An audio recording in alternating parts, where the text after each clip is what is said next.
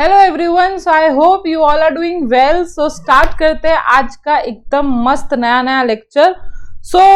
पिछले लेक्चर में हम कहाँ पे थे, तो फंक्शंस ऑफ मार्केटिंग हमने स्टार्ट कर दिया था एंड उसमें मैंने 6 पॉइंट्स आपको जो है पढ़ा दिए थे। अगर आप स्क्रीन पे देख सकते हो तो मैंने उधर मार्केट रिसर्च ये बता दिया था, buying and assembling, market planning, product development, standardisation and grading and packing and labelling. तो ये 6 पॉइंट्स हमारे मस्त तरीके से समझ लिए थे। और मैंने आपको ये भी बोल दिया था कि अगर आपको कोई भी छोटी डाउट हो तो मुझे आप कमेंट सेक्शन में पिन जरूर कर सकते हो। नाउ आज हम समझेंगे 7th पॉइंट से लास्ट पॉइंट तक, दैट इज सबसे पहला हम लेते हैं ब्रांडिंग।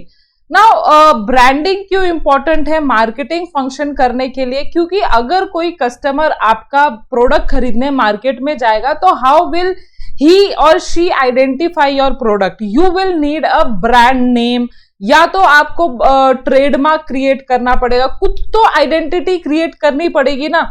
जैसे मैगी बोलते ही हाँ आपको येलोइश पैकेट वगैरह याद आता है, और मैगी का कैसे उन्होंने नाम, जैसे हम भी जब शॉप में जाते हैं, देखो जब भी हम शॉप में जाते हैं तो हम ना जाने अनजाने नूडल्स बोलने के बजाय हम मैगी बोलते हैं, बिकॉज उन्होंने इतनी अच्छी तरह से मार्केटिंग की है, इतनी अच्छी तरह से उन्होंने ब्रांड नेम हमारे माइंड में स्टिक कर दिए कि हम नूडल्स, अगर हमको नॉर्मल नूडल्स भी चाहिए होते हैं तो हम उनको बोलते हैं कि हमको मैगी चाहिए। फिर वो मैगी का पैकेट बोलते हैं तो फिर वो हम उनको समझाते कि हमको मैगी नहीं चाहिए, हमको दूसरा जो ऐसे ही मतलब नूडल्स बनाने के लिए हमको कुछ ये जो मैदे का वो स्टिक्स आते हैं वो चाहिए। तो लाइक एक और एग्जांपल दूंगी, कोलगेट है ना।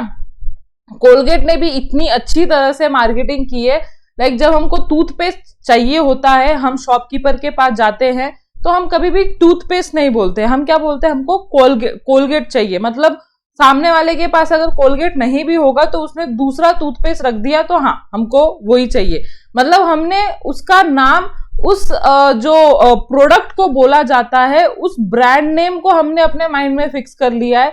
तो सोचो उन्होंने कितनी अच्छी तरह से उन्होंने मार्केटिंग की होगी कि उनका ऑटोमेटिकली, अगर शॉपकीपर के पास आज के तारीख में कोलगेट नहीं है तो उसे ऐसा लगेगा अच्छा बहुत लोग कोलगेट इस्तेमाल करते हैं तो मैंने नेक्स्ट टाइम कोलगेट ही कंज्यूमर को देना चाहिए। तो ऑटोमेटिकली उस कंपनी का जो सेल्स है उन ब्रांड नेम के वजह से ऑटोमेटिकली बढ़ जाएगा। तो इसीलिए ब्रांड नेम, ब्रांडिंग या ब्रांड नेम ये बहुत ज्यादा इंपॉर्टेंट है, क्योंकि ये कहीं ना कहीं आपके प्रोडक्ट की आइडेंटिटी क्रिएट करता है from all product available in the market. वरना वो आप कैसे आइडेंटिफाई कर पाओगे कि आपको यही प्रोडक्ट चाहिए? तो ब्रांडिंग तो इंपॉर्टेंट है।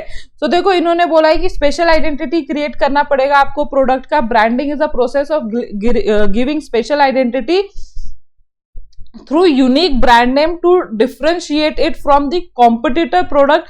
In simple word, giving of a distinct name to one product is called branding. Register brand are known as trademark. तो एक अलग नाम देना, एक अलग पहचान देना, इसी को हम क्या बोलते हैं? ब्रांडिंग बोलते हैं। और अगर आप अपना ब्रांड नेम रजिस्टर करवा लेते हो तो उसको हम ट्रेडमार्क बोलते हैं, ताकि कोई और इसी नेम से आपके प्रोडक्ट की ब्रांड नेम ना चुरा ले। ठीक है, तो इसीलिए आप उसको ट्रेडमार्क के थ्रू रजिस्टर करवा लेते हो। Trademark can not be copied. Branding helps to be get recognition among the consumer. It can help to get new business and increase brand awareness in the market. ठीक है, सो trademark एक बार आप ले लेते हो तो वो कॉपी नहीं हो सकता। और फिर यही चीज क्यों यूज होती है कंज्यूमर के दिमाग में अटकाने के लिए कि हाँ ये टाइप का जो प्रोडक्ट है मैंने एडवर्टीजमेंट में देखा था, अब मुझे मार्केट से यही प्रोडक्ट लाना है, क्योंकि उसका जो एडवर्टीजमेंट है वो कौन कर रहा था? अमिताभ बच्चन कर रहा था। तो जब एक स्पेशल आइडेंटिटी क्रिएट होगी तभी कंज्यूमर लॉयल्टी आएगी, या कंज्यूमर आपको जानेंगे, आइडेंटिफाई करेंगे from all the product available in the market. ना 8th पॉइंट क्या है? 8th पॉइंट भी बहुत इंपॉर्टेंट है मार्केटिंग के लिए, कस्टमर सपोर्ट सर्विस। अभी ये क्या होता है? तो कस्टमर सपोर्ट सर्विस जैसे आपने बहुत बार एक्सपीरियंस किया होगा इलेक्ट्रॉनिक गैजेट्स में, खासकर अगर आपके कुछ इलेक्ट्रॉनिक गैजेट खराब हो जाते हैं, फॉर एग्जांपल आपका ओवन हो घर में, आपका फ्रिज हो, आपका any type of washing machine, ऐसे कुछ प्रोडक्ट हो, तो जब इंस्टॉलेशन जैसे हम खरीदते हैं तो इंस्टॉलेशन तो हम नहीं कर सकते इन सब चीजों का, तो इंस्टॉलेशन के लिए एक स्पेशल इंसान आया जाता है हमारे घर पे, वो इंस्टॉलेशन करके चीजों को देता है एंड देन हम यूज करना स्टार्ट करते हैं। या कभी कभी क्या हो जाता है कि हमारा जो गैजेट है वो खराब हो जाता है, इलेक्ट्रॉनिकली कुछ तो भी खराबी आ जाती है, रिपेयर लगता है, तो हमको तो रिपेयर करना आता नहीं है, तो फिर हम टेक्नीशियन को उनके जो कंपनी के फ्री कॉल सेंटर वाले लोग होते हैं उनको हम कॉल करते हैं, फिर वो हमको क्या कौन भेजता है, एक टेक्नीशियन या कोई तो भी रिपेयर करने वाला बंदा भेजेगा एंड वो रिपेयर करके जाएगा। तो ना ये सब बहुत इंपॉर्टेंट होता है to win the customer loyalty. अगर आपने उनको सही टाइम पे जो चाहिए है ना सोल्यूशन रेमेडी अगर नहीं दिया, तो आज तो वो आपका प्रोडक्ट खरीद के चले गए, लेकिन शायद वो अब नेक्स्ट टाइम आपके प्रोडक्ट को रेफर नहीं करेंगे अपने फ्रेंड्स एंड फैमिली को, या तो आप खुद भी बोलोगे यार अब इस वक्त तो मैं ये वाला ब्रांड नहीं खरीदने वाला हूं, है ना। तो कस्टमर सपोर्ट सर्विस मतलब आफ्टर परचेजिंग ऑफ प्रोडक्ट आपका इधर काम खत्म नहीं होता है मार्केटिंग के अंदर, उधर से काम आपका और स्टार्ट हो जाता है, क्योंकि जिन कस्टमर ने आपके ऊपर भरोसा बताया है उन कस्टमर के अगर आप सेटिस्फाई नहीं करोगे तो you are not doing marketing और आप मार्केट में टिक भी नहीं पाओगे। सो इसीलिए बोला हुआ है कंज्यूमर कौन होता है, किंग ऑफ द मार्केट होता है। तो आपको उनको सेटिस्फाई करने के लिए नेसेसरी स्टेप तो लेना पड़ेगा, एवरी पॉसिबल स्टेप लेना पड़ता है उनको सपोर्ट सर्विस देने के लिए। Timely support service helps to gain customer loyalty. देखो कस्टमर लॉयल्टी आएगी इधर। The business can provide the support service like pre sale services. Pre sale services भी होती है कि परचेज करने से पहले कभी कभार आपके एरिया में मतलब आपके घर में वो एरिया बनाने का, सेटअप बनाने का जो काम होता है वो भी करना पड़ता है उनको। सो consumer helpline, after sale service, technical assistant, product demo to the customer, these services help in getting the retaining and growing the customer। and जरूरी नहीं है, देखो प्री सेल सर्विसेज में क्या आता है, जरूरी नहीं है कि कस्टमर वो आप खरीदो। देखो आपने कभी मोबाइल शॉपी में गए होगे आप मोबाइल खरीदने के लिए, तो आपने अभी तक सेल नहीं, मतलब आपने अभी तक वो प्रोडक्ट खरीदा नहीं है, बट वो आपको अवेयर करवाते हैं प्रोडक्ट के बारे में कि आप ये वाला ब्रांड लो, आप ऐसा चॉइस करो, ये इसमें ऐसा फीचर है, अगर आपको ये भी नहीं खरीदना है तो हमारे हिसाब से आपने वो खरीदना चाहिए। तो आपको वो एक असिस्टेंट टाइप का, सपोर्ट टाइप का देते हैं कि इसमें मतलब आपका अगर यूज ऐसा है तो आपने कैसा प्रोडक्ट मतलब कैसे प्रोडक्ट को लेना चाहिए, किस टाइप के प्रोडक्ट को लेना चाहिए अगर आपका यूज है। आई थिंक तो आपने एक्सपीरियंस किया होगा जब आप लैपटॉप या कसम मोबाइल खरीदना चाहते हो तो मतलब वो अच्छे से आपको प्री सेल सर्विसेज देते हैं, चाहे आप उसका प्रोडक्ट खरीदो या ना खरीदो, कि आपका यूज क्या है, आप कितने आर काम करने वाले हो। मतलब किसी का यूज ऐसा रहता है मोबाइल में कि उनको कैमरा से बहुत ज्यादा लगाव होता है या कैमरा उनको बहुत ज्यादा यूजेज आने वाला है, क्योंकि वो शायद रील बनाते हैं ना, तो उनका सजेशन आता है कि नहीं आपने फिर ये मोबाइल नहीं खरीदना चाहिए, ये मोबाइल खरीदना चाहिए। वो पूरी तरीके से आपको ऑनेस्टली, कभी कभी ऑनेस्टली और कभी कभी डिसऑनेस्टली भी हेल्प करते हैं। ऐसा मैं बोल नहीं सकती कि है ना कि हर कोई आपको अच्छे मन से ही बताता है, बट मोस्टली जहां तक मेरा एक्सपीरियंस है जो प्री सेल सर्विसेज है उसमें तो कहीं ना कहीं जो सामने वाला इंसान है वो अच्छे से आपको इंफॉर्मेशन देता है। तो आई थिंक सो आपको ये समझ में आ गया है कि कस्टमर सपोर्ट सर्विसेज क्या है, मतलब किसी भी टाइप का असिस्टेंट बोलो टू द कंज्यूमर, ये एक कस्टमर सपोर्ट सर्विसेज में आता है।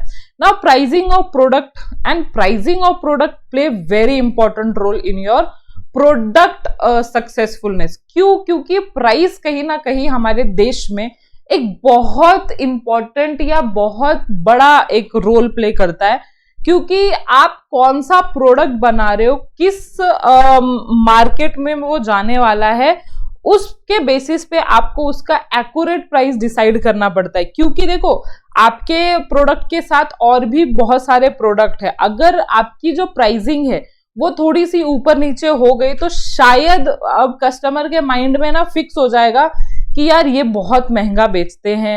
एंड अगर आप फ्यूचर में उसे सस्ता भी कर दो तो आपके प्रोडक्ट के सामने नजर डाल के जाएंगे, बट वो देखने की कोशिश नहीं करेंगे कि हाँ उन्होंने सस्ता कर दिया है। तो प्राइसिंग एक बार आपने कोई सेटअप कर दिया है ना, वो फिर बहुत इंपैक्टफुल होता है। इसीलिए उन्होंने पहली ही लाइन बोली है कि pricing is one of the most important as well as the challenging function of the marketing, क्योंकि ये गलत हुआ तो आपका जो प्रोडक्ट है शायद फेल जा सकता है। क्योंकि अपनी इंडिया है भाई, प्राइस नहीं देखेगी तो और क्या, कीमत नहीं देखेगी तो और क्या देखेगी। जैसे मैंने आपको पहले एग्जाम्पल दे रखा है कि जो अपने मम्मी पापा वाले जनरेशन है, दादा दादी वाले जनरेशन है, वो कोई भी प्रोडक्ट ऐसे सोच के लेते हैं कि यार थोड़ा सा सस्ता एंड टिकाऊ होना चाहिए, है ना। मतलब उनको सस्ता भी चाहिए एंड टिकाऊ भी चाहिए। बट अपनी जो जनरेशन है, मैं बोल सकती हूँ मेरे जो जनरेशन है या आपके जो जनरेशन है ना, वो ज्यादा सोचती है कि हमको महंगा भी चलेगा बट यस लॉन्ग लास्टिंग होना चाहिए, अच्छा होना चाहिए, अच्छी क्वालिटी का होना चाहिए। तो ऐसे थोड़ा सा माइंडसेट आ रहा है, बिकॉज उनकी गलती नहीं है, जो हमारे पूर्वज है उनकी कोई गलती नहीं है, उनका वक्त ही वैसा था। और अभी ज्यादा स्टैंडर्ड ऑफ लिविंग बढ़ने के कारण, हाथ में पैसा आने के कारण they can now afford more and good quality of product, है ना। और हमारे एज वाले लोगों को ज्यादा सेविंग ज्यादा मायने नहीं रखती, उनको लगता है कि जितना भी पैसा है सेव भी करो थोड़ा और अपनी लाइफ भी थोड़ी अच्छी तरीके से जियो। ये नहीं कि थोड़े थोड़े के लिए हम कम क्वालिटी वाले गुड्स खरीद ले। तो इसके लिए आपको ये डिसाइड करना पड़ेगा कि आपका प्रोडक्ट एक्चुअली कौन से जनरेशन को हिट करेगा। अगर वो मम्मी पापा वाले जनरेशन वाला प्रोडक्ट है ना, तो उस टाइप का आपको प्राइसिंग डिसाइड करना पड़ेगा। और अगर हमारे जनरेशन के टाइप वाला प्रोडक्ट है तो pricing will be some different, है ना। तो यस ये मैटर करता है, आपको थोड़ा अजीब लग रहा होगा, but yes marketer do these all thing before deciding price. So price play a very important role in a market where the cutthroat competition बहुत ज्यादा है, इसलिए while determining the price of the product, businessmen need to consider the factor like कौन कौन से factor कि क्या क्या फैक्टर कंसिडर करने पड़ते हैं प्राइस डिसाइड करने से पहले। कॉस्ट कितना लगा है हमको, प्रॉफिट कितना चाहिए, कॉम्पिटिटर का प्राइस कितना है, डिमांड कितनी आ सकती है, मार्केट कंडीशन क्या है, ये सारी चीजें देख के प्राइस डिसाइड करना पड़ता है। Business needs to change price as per the need of market. If price are too high, it might lose consumer, but if the price are too low, it might suffer losses. So deciding a right price need a extensive market research. जैसे मैंने बोला था, ये starting में ही बोल दिया था मैंने कि प्राइसिंग जो है वो बहुत मैटर करने वाला है। अगर बहुत ज्यादा रख दिया तो शायद आपके उससे कस्टमर चले जाएंगे, you may lose the customer, और बहुत लो रख दिया तो आप शायद लॉसेस भी सफर कर सकते हो। तो प्राइसिंग आपको एक एक्सटेंसिव मार्केट रिसर्च करके करना पड़ता है। नाउ प्रमोशनल चैनल, अभी देखो ये क्या है, मतलब कि जैसे चैनल मतलब कि आपको कंज्यूमर तक कैसे पहुंचना है, जैसे कौन कौन सी चीजें कंज्यूमर को कैसे अवेयर करना है कि आपका प्रोडक्ट जो है मार्केट में है। देखो जैसे कि यूजेस हो गया, उसके साइड इफेक्ट्स हो गए। साइड इफेक्ट हालांकि कोई बोलता नहीं है, बट अच्छी कंपनीज तो साइड इफेक्ट भी बोलती है ना। हम हर वक्त बहुत एग्जैजरेटेड एडवर्टीजमेंट देखते आए हैं, जैसे आप टीवी पे देखते हो, है ना, कुछ भी बोलते हैं आजकल एडवर्टीजमेंट में, कुछ भी दिखाते हैं आजकल एडवर्टीजमेंट में, तो वो एरा चल रहा है। बट जो अच्छी कंपनी होती है वो सारी चीजें उनके मतलब नीचे हाईलाइट भी करते हैं, टर्म्स एंड कंडीशन में लिखते भी हैं ऐसा। बट मोस्टली जो आजकल कंपनीज है, they don't want to highlight their side effect, they only want to give advantages and side effect तो गया खड्डे में। तो आजकल का वही है। So promotion is the process of informing the consumer about the product, their feature, uses, price and encourage them to buy this product. तो आपको ये सारी इंफॉर्मेशन पता लगे, उसी को हम प्रमोशन बोलते हैं। और बहुत तरीकों से ये चीजें की जाती है, जैसे एडवर्टीजमेंट, पर्सनल सेलिंग। जैसे पर्सनल सेलिंग कहाँ पे मैटर करेगा, जहां पे इंफॉर्मेशन ज्यादा चाहिए, है ना, उस प्रोडक्ट के रिगार्डिंग इंफॉर्मेशन। जैसे कि कोई हॉस्पिटल के कुछ गैजेट्स बेच रहे, तो हॉस्पिटल वाले जो गैजेट्स है उनके लिए प्रॉपर इंफॉर्मेशन चाहिए, तो it will be sold through personal selling only. Publicity, sales promotion are some of the important tool of promotion. Business uses combination of all some of the four method of promotion as well as per the need of business. Promotional activity helps to increase the brand awareness in the market. तो आप ऊपर दिए गए जितने भी अपने advertisement, personal selling, publicity, उसका एक इस्तेमाल कर सकते हो। देखो एडवर्टीजमेंट का क्या फीचर है अपने आप में कि कम कॉस्ट में ज्यादा से ज्यादा लोगों के पास ये इंफॉर्मेशन चली जाती है कि आपका प्रोडक्ट आया है। पर्सनल सेलिंग में क्या होता है कि आपको हर एक को जाना पड़ता है, इसके लिए हाई कॉस्ट बहुत हो जाता है, क्योंकि हर एक के पास जाना, फेस टू फेस जाना, ये बहुत मुश्किल हो जाता है। बट अगर वैसा प्रोडक्ट है तो आपको करना पड़ेगा। देन पब्लिसिटी मतलब क्या होता है, जैसे आपने स्पॉन्सर वगैरह देखे होंगे, जैसे आईपीएल के थ्रू वो अपना जो ब्रांड इमेज है या ब्रांड नेम है वो हाईलाइट करना, ताकि आप देखो जो घर में बैठे हुए कस्टमर है वो टीवी पे देखेंगे। जैसे न्यूज भी चलता है देखो, तो साइड में बहुत सारे ऐसे ब्रांड नेम या कुछ तो भी कुछ हाईलाइट होता रहता है प्रोडक्ट के बारे में, तो वो पब्लिसिटी है ना। तो सेल्स प्रमोशन मतलब एक के ऊपर एक फ्री है या 50% डिस्काउंट, तो ये सारी चीजों को हम सेल्स प्रमोशन बोलते हैं। तो जो मार्केटर है या तो इसमें से एक यूज करते हैं या तो combination of all something use करते हैं, ताकि उनका जो प्रोडक्ट है ज्यादा से ज्यादा लोगों के पास रीच हो पाए, ताकि ज्यादा से ज्यादा सेल्स बढ़ने की पॉसिबिलिटी बढ़े। ओके, सो ये भी एक मार्केटिंग टूल है अपने प्रोडक्ट का अवेयरनेस बढ़ाने के लिए मार्केट में। नाउ डिस्ट्रीब्यूशन, ठीक है। सो थोड़ा सा मैं डिस्ट्रीब्यूशन एंड ट्रांसपोर्टेशन साथ में आपको पढ़ाऊंगी। Now what do you understand by distribution? Distribution मतलब कि कुछ सेट ऑफ एक्टिविटीज रहती हैं जो आपको अपने फिनिश गुड्स को कहां तक पहुंचाना रहता है, कंज्यूमर तक पहुंचाना रहता है। देखो अगर जो फैक्ट्री है, आपने फैक्ट्री में फिनिश गुड बना के तो रख दिए है ना, लेकिन उस फैक्ट्री में फिनिश गुड बना के क्या फायदा जब तक वो अल्टीमेट कंज्यूमर तक ना पहुंचे। तो अल्टीमेट कंज्यूमर तक पहुंचने के लिए आपको क्या करना पड़ेगा, डिस्ट्रीब्यूशन करना पड़ेगा। डिस्ट्रीब्यूशन या ट्रांसपोर्ट बोल सकती हूँ, दोनों है। लेकिन अब ना बच्चों को बहुत कंफ्यूज होने वाला है कि मैम ये डिस्ट्रीब्यूशन भी समवट वही चीज बोल रहा है कि कंज्यूमर तक पहुंचाने की बात कर रहा है, और ट्रांसपोर्टेशन भी कहीं ना कहीं कंज्यूमर तक पहुंचाने की बात कर रहा है। बट इसमें मोस्ट इंपॉर्टेंट चीज क्या है, देखो डिस्ट्रीब्यूशन सिर्फ और सिर्फ फिनिश गुड्स पहुंचाने की बात करता है एट अल्टीमेट कस्टमर, बट जो ट्रांसपोर्टेशन है उसको finish good and raw material दोनों पहुंचाने की। अब रॉ मटेरियल किसके पास पहुंचाना चाहिए? सो अगर आप बोल सकते हो तो जहां पे रॉ मटेरियल मिलता है वहां से लेके फैक्ट्री तक पहुंचाना, ये भी ट्रांसपोर्टेशन का वन ऑफ द एलिमेंट है, और वो भी मार्केटिंग में आएगा। क्योंकि अगर सही टाइम पे वो रॉ मटेरियल फैक्ट्री में नहीं आएगा तो सही टाइम पे वो प्रोडक्शन होके, वो मैन्युफैक्चरिंग होके कंज्यूमर तक नहीं जाएगा। तो ये सारा चीज कहां पे आता है, ट्रांसपोर्टेशन में आता है कि there should be a proper transporting system, चाहे रोडवे हो, एयरवेज हो, वाटरवेज हो, किसी के भी थ्रू, but raw material and finish goods सही जगह से सही जगह पे पहुंचाने की बात कौन बोलता है, ट्रांसपोर्टेशन। बट डिस्ट्रीब्यूशन सिर्फ और सिर्फ किस चीज को पहुंचाने की बात करता है, जो फिनिश गुड्स है from the place of production to a place of consumption.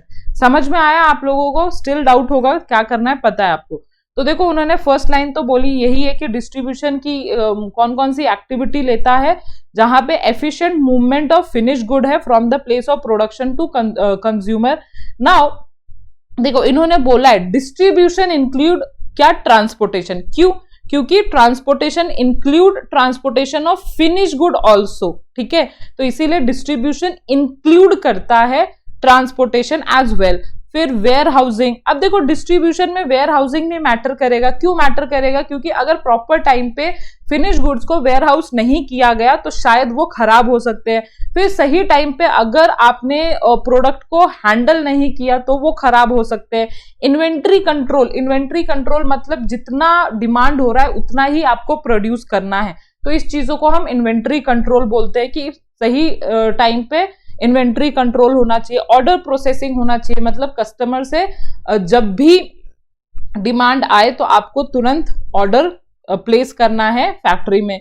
फिर मार्केट फोरकास्टिंग होना चाहिए कि प्रॉपर कितना हमारा प्रोडक्ट खरीदा जा रहा है। पैकिंग इसमें मैटर करता है कि प्रॉपर पैकिंग, मैंने कल देखो याद होगा कि पैकिंग सिर्फ और सिर्फ इसलिए नहीं यूज किया जाता टू अट्रैक्ट कंज्यूमर, इसलिए भी यूज किया जाता है कि वो डैमेज से बच सके। तो जब हम प्रोडक्ट फिनिश्ड गुड डिस्ट्रीब्यूट करते हैं तो उसके दौरान हमारा जो प्रोडक्ट है हो सकता है डैमेज हो जाए, तो प्रॉपर पैकिंग से शायद नहीं होगा, तो इसीलिए distribution also include packing element as well. So plant, ये क्या दिया हुआ है, plant and warehouse location and customer service also come under distribution, कि आपका जो प्लांट है, मशीनरीज है, वेयर हाउस लोकेशन है, वो कहाँ पे है, ताकि मार्केट से कितना दूर है कि आपको जैसे ही डिमांड आए तो आपको कितनी देर में आप अपना जो प्रोडक्ट है वो कंज्यूमर तक पहुंचा पाओगे। तो आपको ये कैलकुलेशन भी डिस्ट्रीब्यूशन में करना पड़ता है। And ultimate consumer customer services, distribution account for the major part of the marketing budget of the business. अब वो क्या बोल रहे हैं कि जो प्रोडक्ट का जो सबसे ज्यादा कॉस्ट लगता है वो कहीं ना कहीं डिस्ट्रीब्यूशन में लगता है ना, कि आपको कब कैसे पहुंचना है, क्योंकि कॉस्टिंग बहुत ज्यादा है। अगर आप देख रहे हो जो मैंने अंडरलाइन किया है, जो इन्वेंट्री कंट्रोल, ऑर्डर प्रोसेसिंग, इन सब के लिए क्या कौन रखना पड़ता है, एक अलोकेटेड पर्सन रखने पड़ते हैं, एम्प्लॉइज हायर करने पड़ते हैं, ताकि आपका ये काम स्मूथफुली हो सके। ऐसा कुछ रुकावट, without any hurdle, without any क्या ऑब्स्टेकल, ये सारी चीजों को मतलब ये अगर आने लग गई तो शायद आपका जो प्रोडक्ट है टाइम पे नहीं पहुंच पाएगा और सब खराब हो जाएगा। इसीलिए आपको पूरा स्मूथ फंक्शनिंग करना पड़ता है डिस्ट्रीब्यूशन में, जिसके लिए हाई कॉस्ट तो लगना ही है, क्योंकि आपको बहुत सारे लोगों को हायर करना पड़ता है। सो यही सारी चीजें हैं। And importance of physical distribution of firm depend upon the type of product and level of satisfaction desire. तो आपका प्रोडक्ट कैसा है उस पर डिपेंड करेगा डिस्ट्रीब्यूशन कैसा करना है आपको, और कैसा आपको कस्टमर सेटिस्फेक्शन लेना है तो उस पर भी डिपेंड करेगा। तो अगर आपका प्रोडक्ट मतलब पेरिशिएबल टाइप का है तो आपको तुरंत ये सारी चीजें पहुंचानी पड़ेंगी, एंड वो ऊपर वाले जो पॉइंट्स है वो उस हिसाब से मोल्ड करना पड़ेगा कि कितने दिन में एंड कैसे, एंड अकॉर्डिंगली, है ना, समझ में आ गया होगा I think so. Now second last, transportation. जैसे मैंने बोला कि ट्रांसपोर्टेशन सेम डिस्ट्रीब्यूशन के जैसे ही, कि आपका प्लेस ऑफ प्रोडक्शन से आपको कहाँ तक पहुंचना है, कंजम्पशन तक पहुंचना है, ठीक है। लेकिन इसमें ट्रांसपोर्टेशन किस चीज की बोली जा रही है, finish goods as well as raw material, ठीक है। तो प्रोडक्शन हो, सेल्स हो, कंजम्पशन हो, all these three activity need not to be at one place, hence there is a need of transportation. देखो उन्होंने बोला है कि प्रोडक्शन हो सकता है एक जगह पे हो, सेल्स हो सकता है दूसरी जगह पे हो। कभी कभी तो ऐसा भी होता है प्रोडक्शन कन्याकुमारी में और सेल जो है जम्मू एंड कश्मीर में है। क्यों? जैसे कि जैसे वुलन क्लोथ है ना, वुलन क्लोथ कहाँ पे सबसे ज्यादा बिकते हैं? ऑफ कोर्स जम्मू, नॉर्दर्न जो अपने एरियाज है, नॉर्थ ईस्टर्न स्टेट्स जो हैं उधर ज्यादा बिकते हैं। तो जो वुलन है वो बनाए अगर महाराष्ट्र, कन्याकुमारी या तमिलनाडु में बनाए जाते हैं, लेकिन अगर वो राइट टाइम पे ट्रांसपोर्ट नहीं हुआ तो शायद आपकी प्रोडक्ट की जो वैल्यू आप चाहते हो वो वैल्यू आपको मिलेगी नहीं। तो प्लेस यूटिलिटी जो क्रिएट करता है वो कौन करता है? ट्रांसपोर्टेशन। क्योंकि अगर आप वही चीज महाराष्ट्र में बेचो तो शायद उतने हैवी वुलन क्लोथ कोई नहीं, महाराष्ट्र कन्याकुमारी में कोई नहीं पहनता है ना। हम तो, हमारा जो ऑल सीजन है कहीं ना कहीं एक ही टाइप का रहता है, थोड़ा सा चिलिंग टाइप का ही सीजन रहता है, तो उतना हैवी हमको वुलन क्लोथ नहीं लगते। बट वही अगर आप नॉर्दर्न एरिया में जाओ और नॉर्दर्न ईस्टर्न एरिया में जाओ तो उधर बहुत ज्यादा ठंडी रहती है, तो उधर आप स्वेटर बेचोगे तो आपको जो पैसा मिलेगा इन रिटर्न वो अच्छा खासा मिलेगा।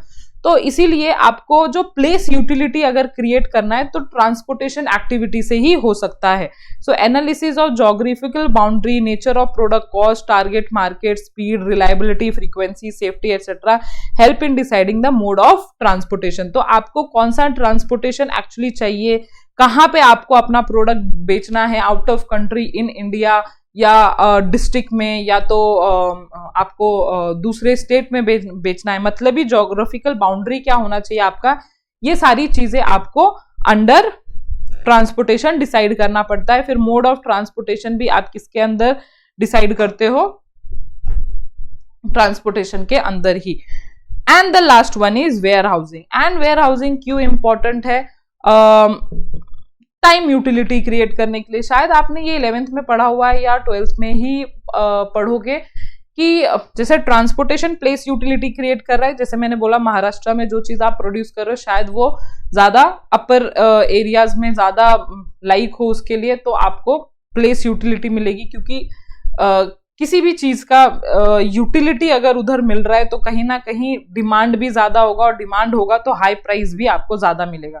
तो ट्रांसपोर्टेशन से जैसे प्लेस यूटिलिटी क्रिएट हो रहा है, वैसे ही आपको अगर टाइम यूटिलिटी मतलब टाइम के हिसाब से यूटिलिटी बढ़ना, कैसे रेनी सीजन में अम्ब्रेला का यूजेस बढ़ जाता है, डिमांड बढ़ जाता है, मतलब टाइम के हिसाब से। आपने प्रोड्यूस समर में करके रखा, लेकिन उसको वेयर हाउस करके रखोगे, गुड्स को अच्छे से स्टोर करके रखोगे, और रेनी सीजन में आपको पता है रेनकोट एंड अम्ब्रेला का ज्यादा यूजेस आने वाला है, तो टाइम के हिसाब से अगर आप कोई प्रोडक्ट बेचते हो तो टाइम यूटिलिटी क्रिएट होती है, और टाइम यूटिलिटी क्रिएट हुई तो अगेन डिमांड एंड आप प्राइसेस बढ़ा सकते हो। तो वेयर हाउस को ये समझता है कि there is a time lag between production and consumption. मतलब अगर आज कोई चीज प्रोड्यूस हो रही है तो वो तुरंत तो बिकने नहीं वाली, वो कहीं ना कहीं एक साल, 1 महीना, 2 महीने के बाद बिकने वाली है। तो उस टाइम के पीरियड के बीच में आपको क्या करना पड़ेगा, वो जो टाइम लैग है उसको कम करने के लिए या उसको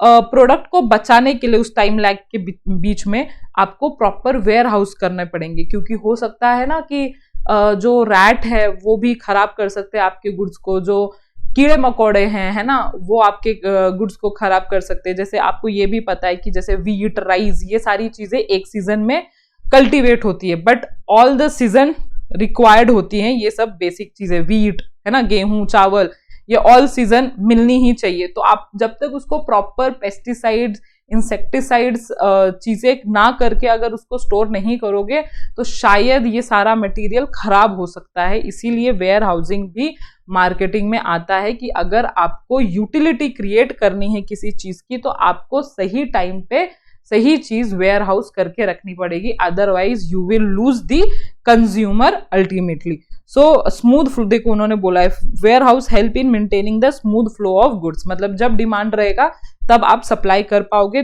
because of warehouse. It also help in stabilising the price of market. और ऑल सीजन मिलने के कारण जो गुड्स है उसका जो प्राइस है वो स्टेबलाइज रहता है, ऊपर नीचे ज्यादा नहीं होता। जब डिमांड और सप्लाई हुआ तब अगर मतलब जब डिमांड हुआ और तब जब डिमांड हो रहा और तब सप्लाई चला जाता है तो प्राइस को एक बैलेंसिंग मिलता है और ज्यादा वो फ्लक्चुएट नहीं होता।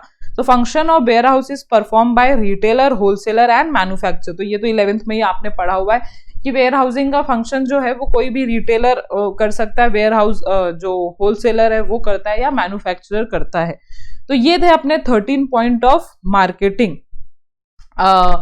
Functions of marketing. मतलब मार्केटिंग मतलब क्या, तो ये सारी चीजें आपको मार्केटिंग के अंदर करनी पड़ती है आपके प्रोडक्ट को अच्छे से सेल आउट करने के लिए, या आपके प्रोडक्ट को ऐसा सेल आउट करने के लिए जिससे कि कंज्यूमर अल्टीमेट सेटिस्फाई हो सके। और जब कंज्यूमर अल्टीमेटली सेटिस्फाई होंगे तो आपका जो प्रॉफिटेबिलिटी है वो कहीं ना कहीं बढ़ेगा, आपका बिजनेस बढ़ेगा। So marketing always help in increasing your business as well. So end करती हूँ मैं आज के लेक्चर को। आई होप आपको सारे पॉइंट्स क्लियर हो गए हों।